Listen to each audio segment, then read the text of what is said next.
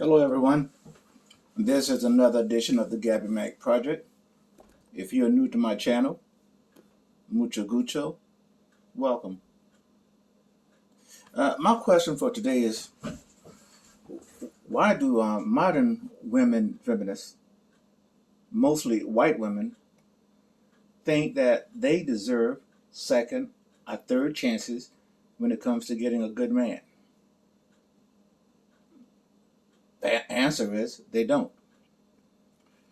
You see, these are the kind of women who made decisions early on in their lives that they didn't need men.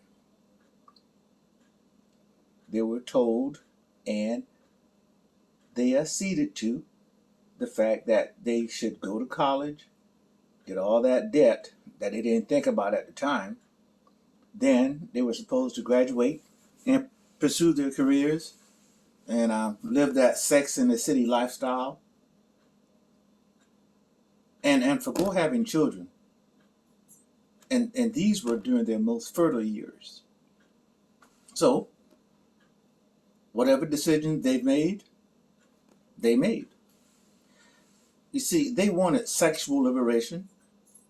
They got it. Men, for the most part, were silent. They could tell that this was probably the wrong course for them to have a happy life, but because men didn't want to be labeled chauvinist or misogynist, really, they kept quiet.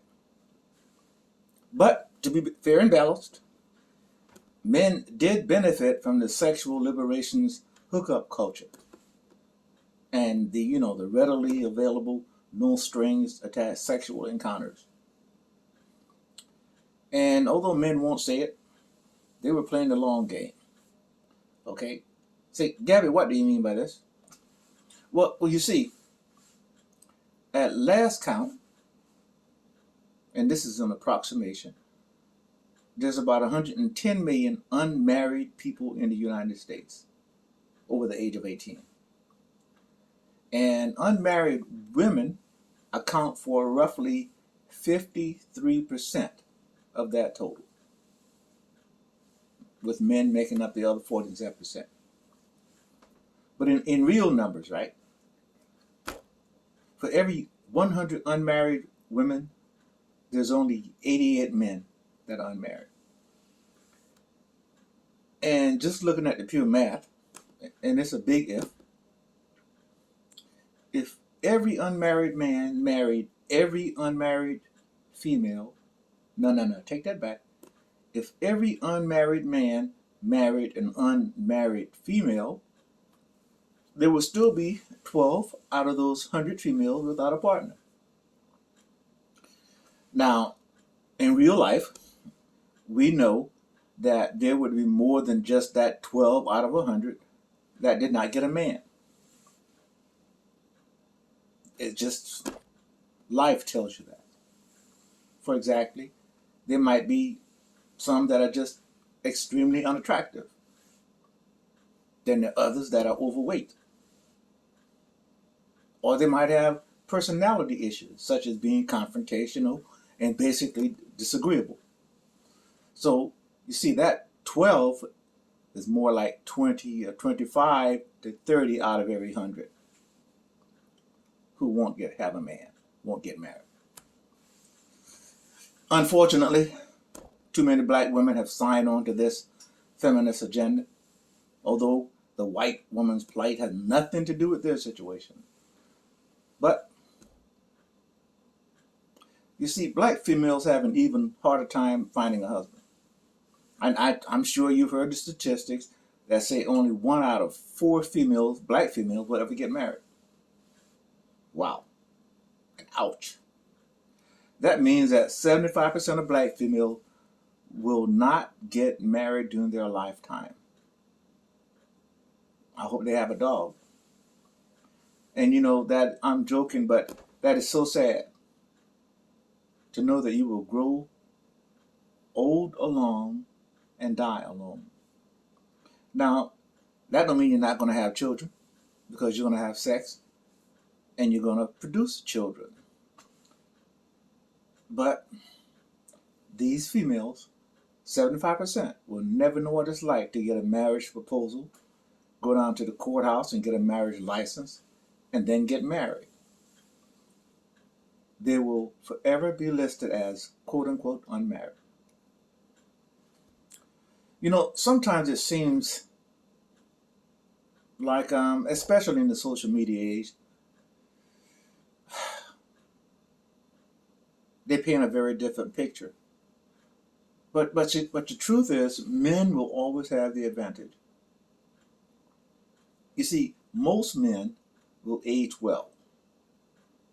Women, on the other hand, will just get old. And you see, men will pretty much always be able to procreate, i.e. make babies. Women, on the other hand, have an expiration date, normally up 35 to 40 years old. After that, the eggs dry up. And if you can't produce a man's children to keep his lineage going, then what good are you? And that's why I say men are playing the long game.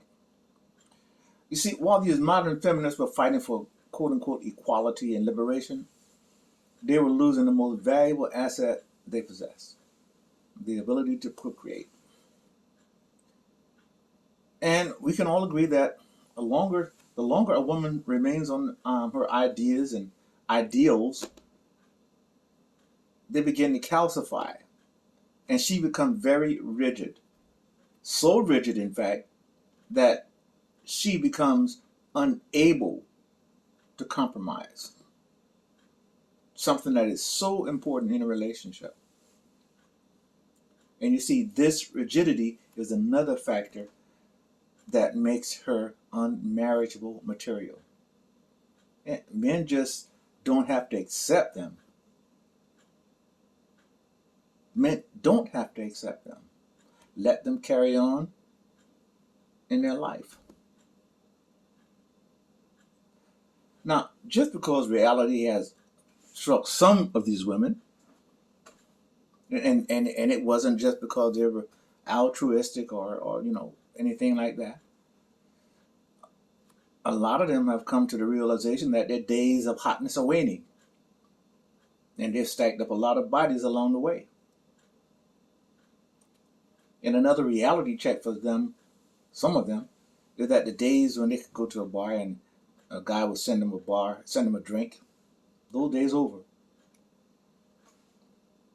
Fellas, you have to understand that newer, younger models are coming out every day. Every day. And if you got your shit together, you won't have any problems hooking up with them. Now here's Gabby Max 25 cents.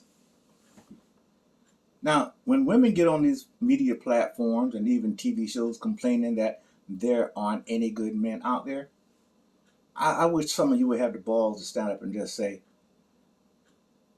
yes, there are good men out there. They just aren't looking for you. Gabby Mack, oh, you.